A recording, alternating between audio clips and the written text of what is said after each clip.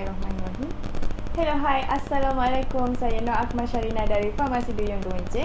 Okey, kepakaran kami adalah membantu pesakit kencing manis dalam mengawal kadar gula, membantu yang mempunyai masalah saraf, masalah kaki kebas-kebas, kaki semut-semut agar sihat dan tersenyum gembira. Okey, hai, selamat petang. Bertemu lagi kita dalam Borak Sihat bersama Duyung. Okey, so pada petang ini saya akan berkongsi mengenai masalah penghadaman dan saya nak share 5 tips untuk mencegah masalah penghadaman ni. Okey.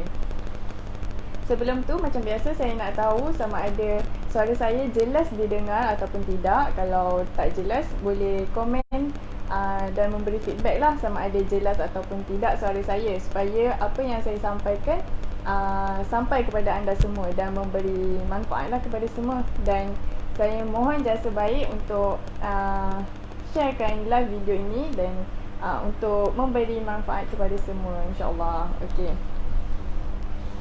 so mesti di antara kita pernah mengalami masalah macam perut kembung, sakit perut ataupun yang mempunyai banyak gas dalam perut ataupun rasa macam berangin macam tu kan. Mesti akan ada lah rasa macam tu. Okey, itu adalah tanda kepada masalah penghadaman kita. Okey, Puan Hazlin Jisan. Okey, jelas cik. Okey, terima kasih. Terima kasih yang menonton live video ni. Okey, so kita teruskan kepada tips untuk mencegah masalah penghadaman. Okey, yang pertama adalah makan makanan yang banyak serat atau fiber setiap hari. Makanan yang banyak fiber ni macam mana? Macam contoh buah-buahan, sayur-sayuran dan biji ring yang penuh lah. Okey, macam contoh buah-buahan ni kita boleh kategorikan buah-buahan tempatan macam contoh mangga, betik, tu di antaranya lah contoh buah-buahan yang tinggi dengan serat ataupun fiber tadi. Dan kemudian sayur-sayuran ni yang sayur-sayuran hijau lah macam contoh brokoli, kangkung, bayam dan biji ring macam oat, cereal, tu boleh juga untuk membina sistem penghadaman yang baik lah. Okey, makanan yang tinggi dengan serat ni dia penting bagi penghadaman yang sihat. So amalkan makan makanan yang banyak serat, yang tinggi dengan serat. Okey, untuk sistem penghadaman yang baik lah dan sihat. Makanan yang banyak fiber ni dia membantu pencernaan. Dia boleh juga membantu mencegah diabetes, penyakit jantung, buasir, lagi-lagi sembelit lah. Dia pun boleh membantu. Dan elakkan makanan yang boleh menambahkan gas dalam tubuh badan kita. Lagi-lagi macam minuman yang berkarbonat, macam contoh air gas, air gas yang selalu dia sebab bergas kan. Lagi satu, air gas ni dia mempunyai gula yang tinggi. So tak dari macam mana? Selain kita mencegah mencegah masalah penghadaman, kita juga boleh mencegah penyakit diabetes sebab dia mempunyai gula yang tinggi kan.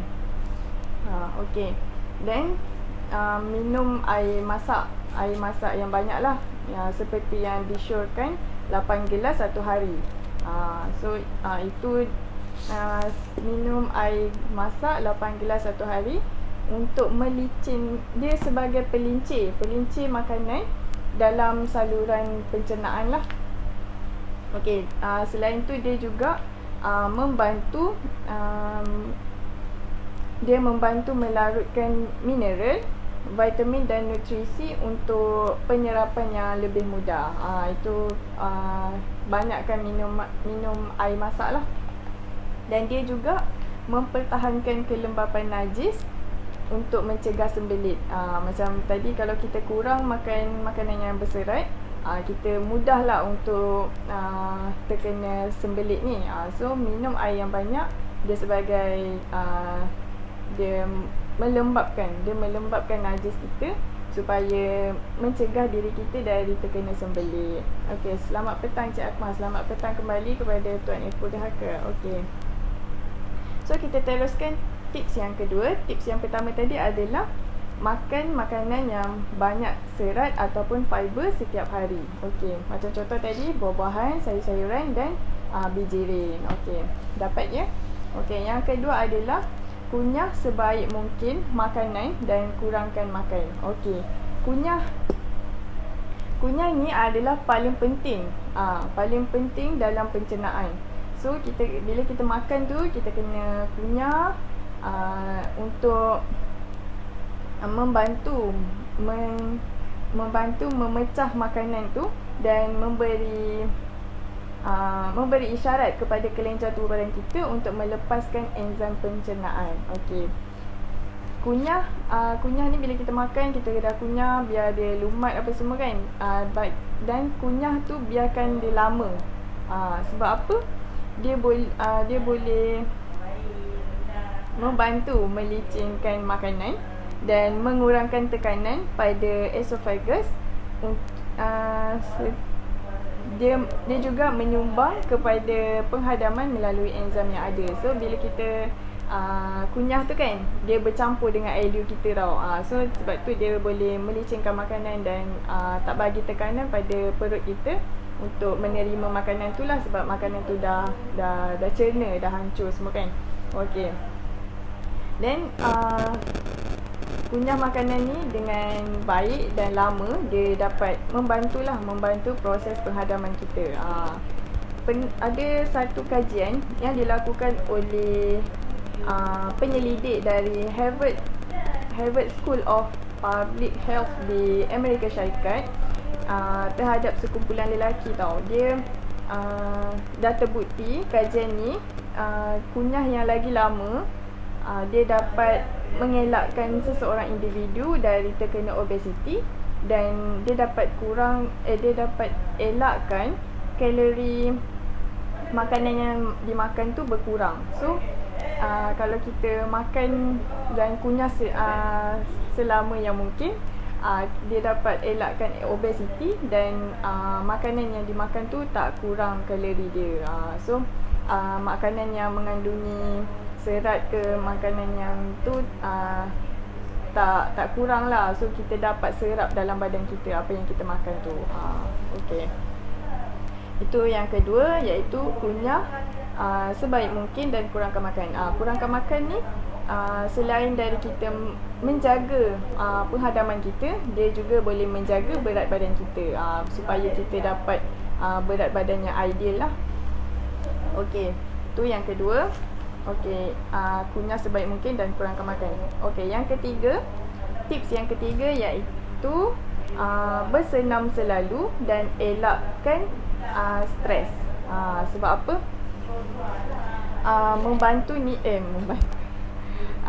Bersenam ni bukan sahaja dia membantu untuk mengekalkan gaya hidup sihat, tapi dia juga dapat membantu pencernaan kita. Lakukan senaman ataupun aktiviti ataupun melakukan aktiviti fizikal satu hari dalam 10 hingga 15 minit ataupun maksimum 30 minit pun dah memadai. Seperti yang selalu saya pesan, lakukan senaman 30 minit satu hari, macam tu. So kalau tadi bersenam selalu dan elakkan stres. Okey, bersenam, lakukan aktiviti fizikal 10 minit hingga 15 minit satu hari ataupun 30 minit satu hari. Dan stres ni dia memberi efek yang negatif kepada pencernaan kita. So dia stres ni sangatlah tak bagus untuk diri kita dan juga sistem penghadaman kita. Okey. Dan stres ni dia boleh menyebabkan dia boleh mengurangkan aliran darah ke perut kita, dan dia boleh kurangkan juga pengeluaran enzim pencernaan tu, dan melambatkan proses pencernaan yang boleh menyebabkan perut kita memulas, perut kita kembung dan terjadinya sembelit lah. Okay, so stres dia mengundang masalah lah kepada diri kita dan sistem penghadaman kita kan. So elakkan stres, lakukan senaman, jangan stres-stres. Sebab apa? Dia memberi impak negatif kepada diri kita dan sistem penghadaman. Okey, itu yang tips yang ketiga. Dan kita teruskan kepada tips yang keempat, iaitu jangan terlebih guna antacid. Okey, antacid ni dia adalah asid yang menaturalkan asid perut kita. Okey, perut kita memang dah ada asid untuk mencerna makanan. So asid dekat perut kita ni dia membantu tubuh untuk mencerna makanan kan.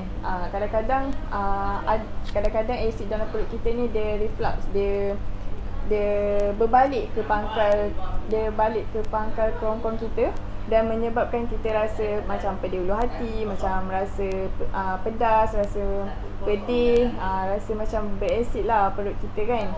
Okey, dan dia mengganggulah sistem pencernaan kita tu. So kita gunakan antacid ni untuk menaturalkan asid dalam perut kita. Tapi jangan jangan sering kali menggunakan antacid ni. Sebab apa? Kalau kita terlalu ambil antacid ni, dia boleh menyebabkan perut kita kehilangan fungsi dan menjadikan dia terdedah kepada bakteria lain. So takut ada penyakit lain lah kalau guna antacid ni terlalu banyak. So dia boleh mengganggu kita punya masalah penghadaman. So jika kita sakit sangat baru ambil antacid ni. Kalau macam tak sakit, boleh atasinya dengan cara lain ataupun cara tradisional kan. So better guna cara tu. Kalau dah terlapor sakit, dah tak boleh nak tahan sangat, baru guna antacid ni. Jangan terlebih guna antacid ni sebab dia sangat membahayalah. Dia boleh menyebabkan perut kita kehilangan fungsi dia. Itu akibatnya lah kalau guna antacid terlebih. So jangan guna terlebih antacid ni. Okey, itu tips yang keempat untuk mencegah masalah penghadaman kita. Okey, kita teruskan yang kelima, iaitu ambil suplemen pencernaan enzim.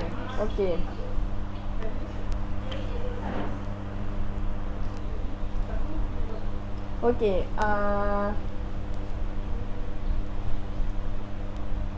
enzim pencernaan ni dia dapat mengurangkan gejala gangguan kepada pencernaan dan sakit perut. Okey, kalau dia juga dapat membantu pencernaan yang baik. Dia juga meningkatkan penyerapan nutrien. Bila kita makan tu kan, dia dapat serap nutrien dari makanan tu ke dalam badan kita lah. Okey, dia juga berfungsi untuk memecah komponen makanan seperti lemak, karbohidrat dan protein. Macam saya cakap tadi, dia membantu dalam penyerapan nutrien. Macam nutrien dalam makanan tadi, kita dah makan, dia dapat serap lah nutrien dalam makanan tu ke dalam badan kita. Okey, contoh enzim pencernaan ni ada banyak dan mempunyai fungsi yang tersendirilah. Macam contoh amylase. Amylase ni dia memecah zat parti ataupun karbohidrat menjadi gula. Yang kedua, lipase, iaitu memecah lemak menjadi zat gula yang mengandung alkohol. Okey, yang ketiga adalah selulase, iaitu dia mencerna serat tumbuhan. Yang keempat adalah protease, iaitu memecah protein dalam makanan menjadi asid amino. Itu di antara enzim pencernaan dan fungsi dia lah. Okey, So, ambil suplemen pencernaan enzim untuk mencegah masalah penghadaman. Okey, itu sajalah dari saya 5 tips untuk mencegah masalah penghadaman. Okey, jika ada sebarang persoalan atau pertanyaan, boleh boleh komen di ruang komen, dan jika ada masalah boleh call kami, WhatsApp ataupun walk in di Farmasi Duyung. Nombor telefon ada tertera di caption. Boleh call ataupun WhatsApp lah. Okey. Itu sajalah dari saya pada petang ini. Semoga ianya bermanfaat dan memberi sesuatu kepada anda. Ingat, anda sihat, kami gembira. Assalamualaikum.